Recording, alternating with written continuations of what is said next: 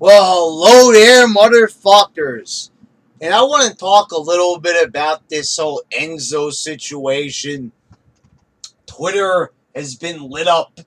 The internet, the YWC, complaining about Enzo Amore winning the Cruiserweight title. Anybody who watched my Raw reviews and my pay-per-view reviews for the Raw brand knows that one of the few redeeming factors was Neville for me. He's on 205 Live technically. 205. I just what I don't get. Are the Cruiserweights part of Raw? Are they part of their own brand, 205 Live, and Raw just wants to showcase them? What's the deal there? I don't know. But anyway, this is the thing. I like Neville. I said that I liked how they tried to make him into like almost like a Viking warrior, Games of Thrones style. And I was enjoying Neville. I said Neville is a good talent. He was a guy that was trying to find his way. I had even said that if you're going to give fuckboy Balor a chance at the title, why don't you at least get somebody better? Neville. Like I said, I know the guy is pretty fucking short. I know that, he doesn't look like, like extremely like intimidating, but the makeover they gave him, shaving the sides of his head, the beard, it's helped his image. And I said I like that they're giving him the long title run. His challengers are pathetic. Jack Gallagher and all these other schmucks. But it's like he's good though. So I like him, right? So why would I want him to lose the title? But Enzo is good too. And the thing is, what kills me is everybody's making like, Enzo won the title. This is a disgrace to the Cruiserweight division. The Cruiserweight division was a disgrace when it was the Cruiserweight Classic. All the way from the fucking start, because nobody gave a fuck about these no-namers.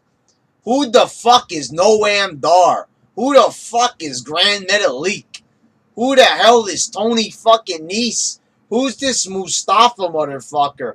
Who's this other Davari? He's not the Davari that was with Muhammad Hassan. Who are these Mamalukes?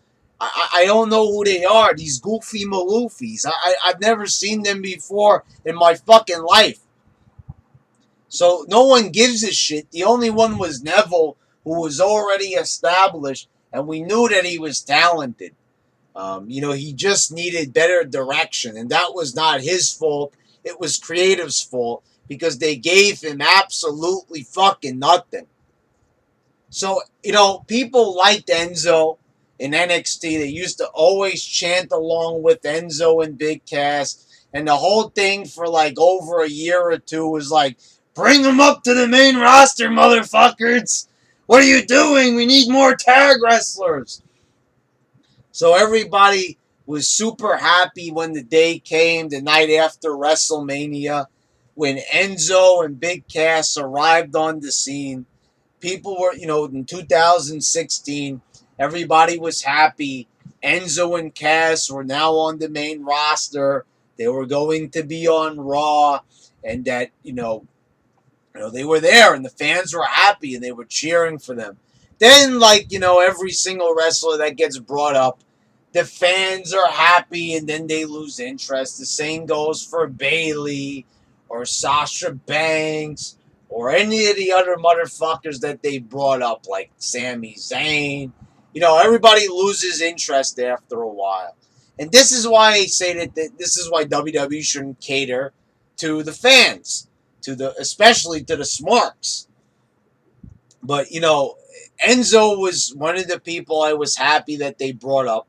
This was an entertaining team that definitely deserved a spot. They reminded me a lot of the New Age Outlaws with the shtick coming out. It was fun saying it with them. They had catchphrases. They were very sports entertainment-ish. So that kind of drew me towards them. And then when Big Cass and Enzo broke up, something weird happened. I think it was Meltzer, Magoo, and Wade Keller all of a sudden started turning on them as well. I think they kind of initiated this whole turn on Enzo campaign. And now it's like Enzo is like the Donald Trump of WWE. Well, I said Roman Reigns was like the Trump of WWE, right? Trying to do right, but everybody is just against him. And the same thing was like, is like with Enzo. The guy tries to be entertaining. He tries as hard as he can on the mic, what's given to him with creative. But the fans just keep disparaging him. They just keep on giving him a fucking hard time. And the thing is, you people said that you liked him at one point. Just like when everybody was masturbating to the Shield. Everybody loved Roman Reigns. But all of a sudden, after the breakup, there you go. We're just going to... So what's the story here? Are we going to really say that Big Cass carried Enzo? Is that the story that we're going to have here? Come on, guys. Let's have a little discussion here.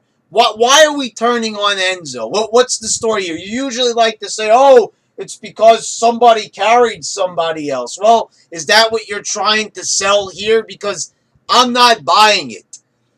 Enzo was entertaining on the mic. If anything, he was the better on the mic of the two.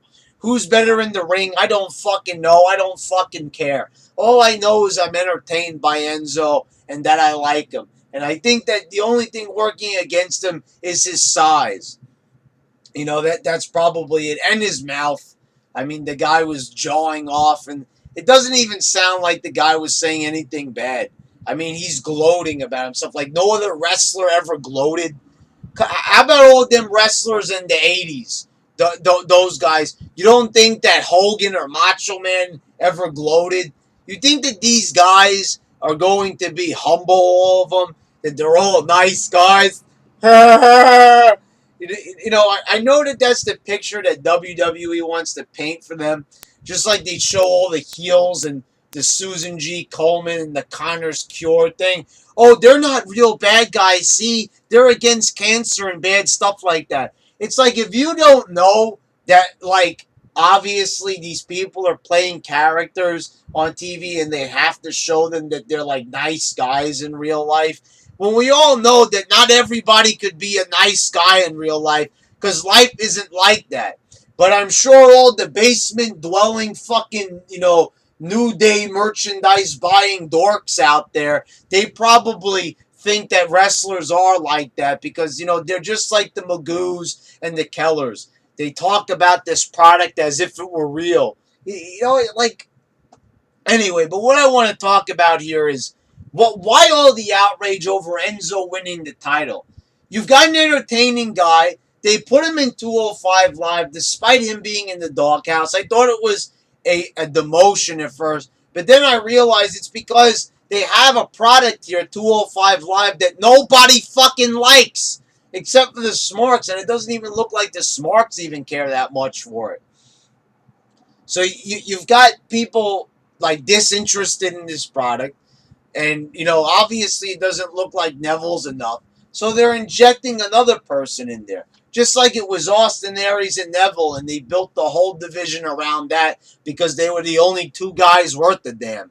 They could do something with Brian Kendrick, like I said, who is charismatic, and we saw that when he was put to the test, a few times in WWE, and then in TNA we saw this guy could actually be entertaining, that he doesn't just have to be perceived as a small guy. We could have had something there, but they're not obviously going to do anything with him. So they built a division around Austin Aries and Neville because these were the only two guys, like I said, that were really entertaining in any way. They could cut a decent promo.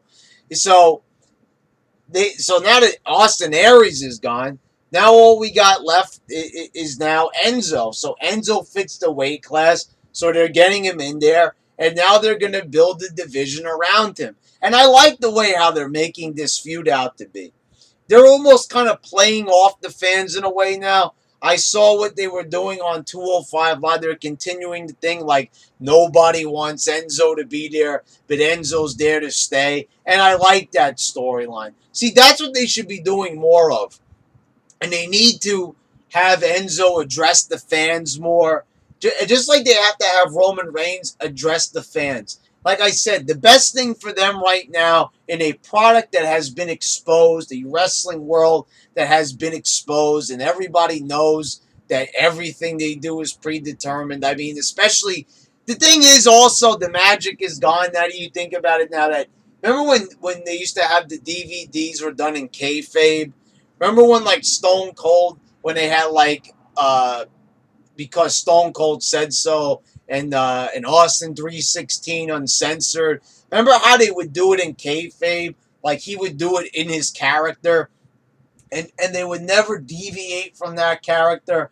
Now you've got people like as time went on, they started breaking the kayfabe, breaking the fourth wall, and they started acting like themselves in these like things like we saw Kevin Owens and Triple H hugging and shit, Sami Zayn hugging Owens, and it's supposed to be like Owens and Zayn hate each other, and then so they've been exposed. So the best thing for them is to do that, to play off of real life. They have to have more work shoot promos. They need to start doing more of that. So I like the direction of Enzo. Do not listen to these fucked up fans. I know that they're going to do that eventually because can you imagine having Noam Dar as the fucking cruiserweight champion? Is that what you guys want? Do you want a cruiserweight division where it's just good old wholesome wrestling? Because I know I don't. That's boring as fuck. And you can find that shit in New Japan and other garbage like that. So, you don't really need to have, that type of stuff. That's why Enzo is there. We can't just have Neville wrestling these fucking no-namers until the end of time. So, like, I don't get it. Like, what is the problem we have with Enzo? I've heard all these excuses. Oh, he's cheating to win and stuff, and he's supposed to be a face. Well, how about some shades of gray? At what point did they really ever say that Enzo's supposed to be some wholesome good guy or some shit like that? I'd rather have him have shades of gray. It reminds me of the Attitude Era. So you guys, like, just fucking stop it already with the fucking complaining and shit. I mean, you should be happy that at least we have some characters. There's no fucking characters on any of these shows. So the fact that Enzo is at least trying to the best of his ability to be entertaining and offer up something in addition to this great cruiserweight action, is a much welcome change. So there you go, motherfuckers. That's my opinion on it. Until next time, motherfuckers. This has been your YWC champ, signing out.